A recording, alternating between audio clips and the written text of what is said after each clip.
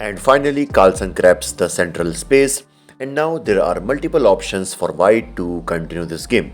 White can either centralize the knight to d5 or maybe to d3, which supports the e4 pawn, and a3 with the idea of rook b1 and then b4, expanding towards the queen side. And also this knight can be rerouted on this h2 square, and then white can start expanding towards the king side. Many options are available, but here Bynum decides to just castle. Nothing special, or we can say extraordinary. He's just playing safe. And finally Carlsen develops his knight to e7, and you can see he's also preparing to castle.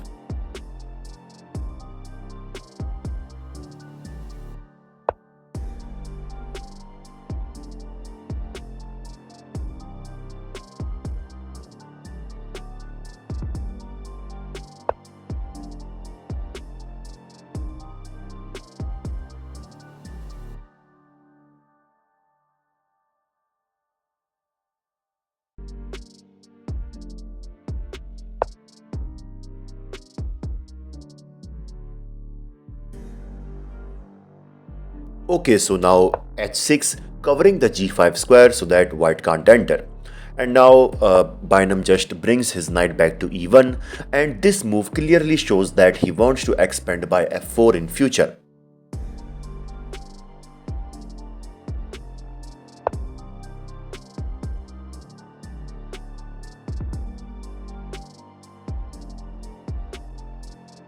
Okay, so now knight to d5. He basically placed the knight to the right of the hut of black position, which cramps the black position. Obviously, black can't exchange the knights due to this fork. So that's why, let's suppose if he goes for bishop takes d5, simply e takes d5. And here the best move for black is to bring this knight back to b8 and then start expanding from the queen side. Because let's suppose if he decides to centralize the knight, this will be bad because now white will start improving his position by attacking this knight. And he can do this by c3. And obviously this knight has to move. So let's suppose if b5, then knight to c2. And in the next move, white will push c4, which attacks the knight as well as improves the position of white. So that's why after knight to d5, here Carlsen decides to push f5. He challenges the center as well as preparing to open the f file. And white can now play b4 here so that he can also start expanding, or we can say he can just expand towards the queen side by, let's suppose, b4. And obviously taking on b4 will be bad because this will connect the white pawns, because after takes you can see this all these pawns gets connected. So let's suppose if rook to c8, then c4. If takes, d takes e4. And obviously black can't exchange the knights because of the fork, which you can see.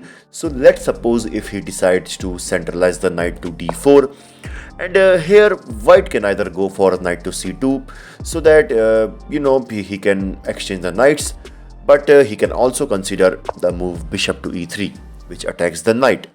And let's suppose if queen to d7, king to h2, and now white is free to push f4. And if c takes b4, a takes b4, rook takes c4, rook takes a7, knight takes d5, and you can see after all of this exchange, since this bishop is attacked, so bishop to f7, and now queen to f3, attacking the rook. If rook takes b4, bishop takes b4, rook takes d4, queen to b1, creating pressure over the b7 pawn. Bishop takes d5, bishop takes d5 check, rook takes d5, and finally you can see rook takes b7. And you can see right away that rook on b7 is a monster. It's completely poisoned, and since this g6 pawn is attacked by the queen, so black is now forced to defend this by queen to e6. And you can see white pieces are better coordinated and ready to improve, whereas black has to be careful and defensive. But let me go back. Yup, after the move f5, here Bynum decides to push f4, which is basically you can say a slight inaccuracy, because this also creates a weakness on this g3, and black can easily target this in the future. And now he decides to exchange the center.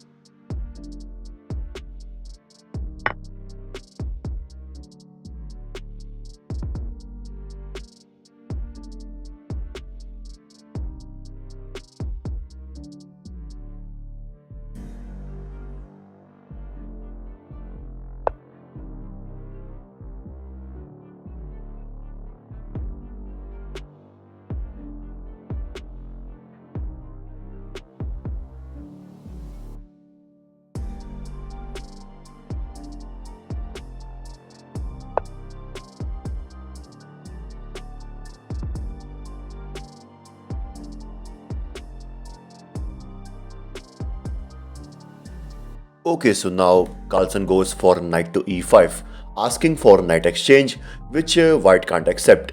I mean, let's suppose if white decides to exchange the knights by knight takes e5, that's losing, because after bishop takes e5, you can see the weakness, and which basically I've told you earlier. And let's suppose if white defends by queen d3, and now he's hoping that everything is fine, or we can say everything is under control. But in this position, black can go for this amazing weird move, queen to b3, which looks weird at the first glance, because what is this queen on b3 is doing? But guys, in reality, this queen is targeting the b2 pawn.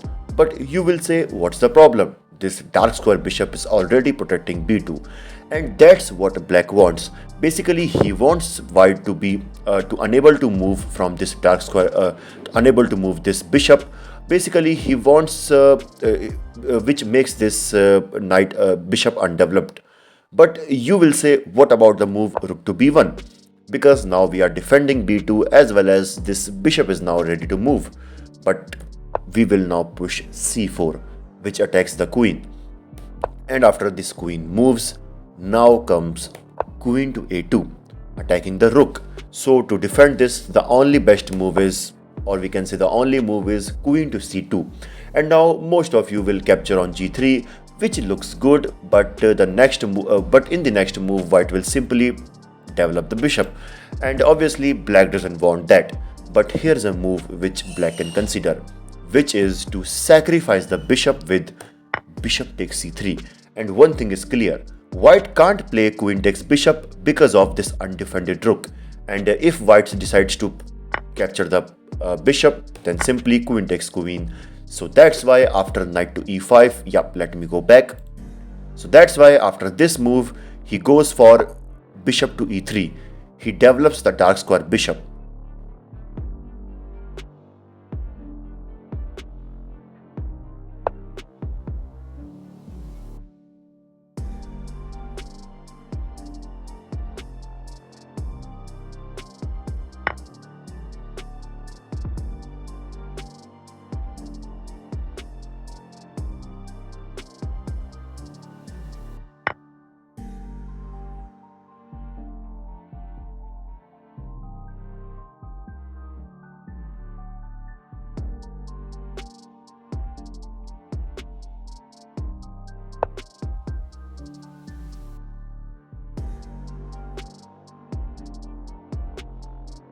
And now king to g7, which is a good move, getting out from any future pins. And now Bynum goes for queen d2. Basically, he is preparing to bring this rook into the game.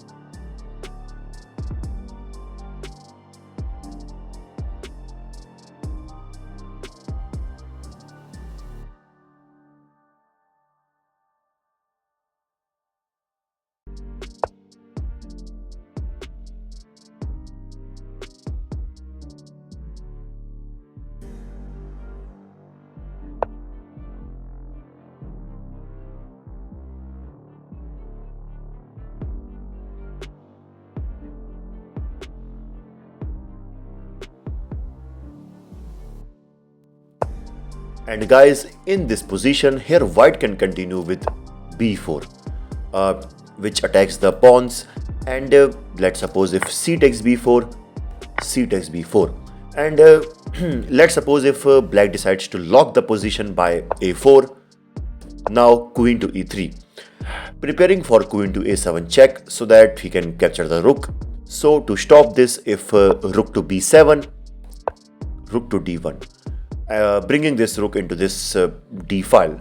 And if let's suppose queen to b3, then we will simply go for rook to d3, which attacks the queen.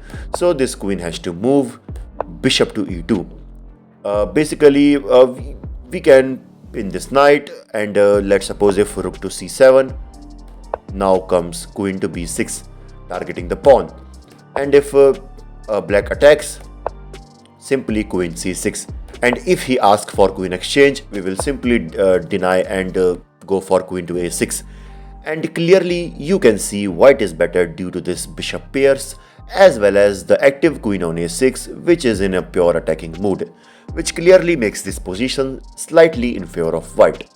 Okay, so after the move rook b8, here Bynum brings the rook to e2. And basically it defends the second rank, and he is ready to swing to either side of the board.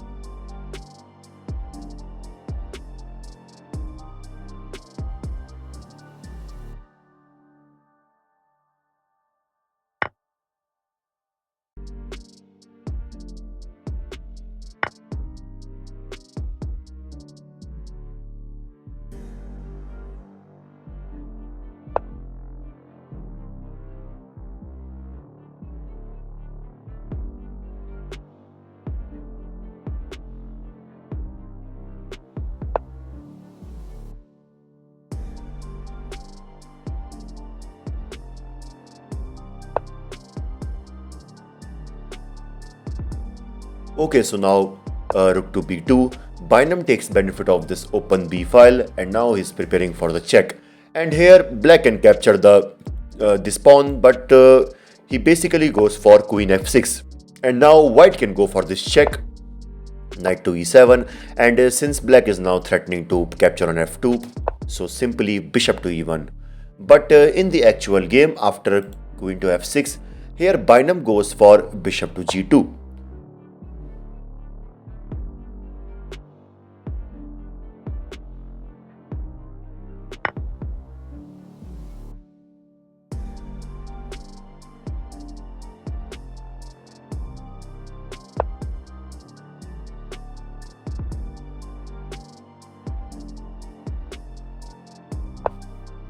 And finally he defends on f2 with the queen to e2. Everything was fine, and you can see Carlsen is a pawn up with these two strong passer on the c and d files. And he can just continue this game by centralizing the knight on e5, and then we can start pushing these pawns. And guys, this is the interesting part of this game, because here Carlsen goes for bishop to d4. He's basically creating pressure over the bishop, and he's hoping that if bishop takes d4, queen takes d4 check, king to h2, and now you can see the passer. But guys, let me go back to the move bishop to d4, and guys, let me tell you that this move is basically a huge blunder, because there is a beautiful sacrifice which he can consider, which is queen takes h5. And basically Bynum finds this move, and after Carlsen realizes his mistake. But here's the thing, he doesn't resign. He let this mate happen. Rook takes h7 with checkmate, and finally he claps for this amazing game, and he basically congratulates Bynum, which shows that he's a true legend. Like this video, and I will see you in the next one. This is your host Bison signing off. Bye bye.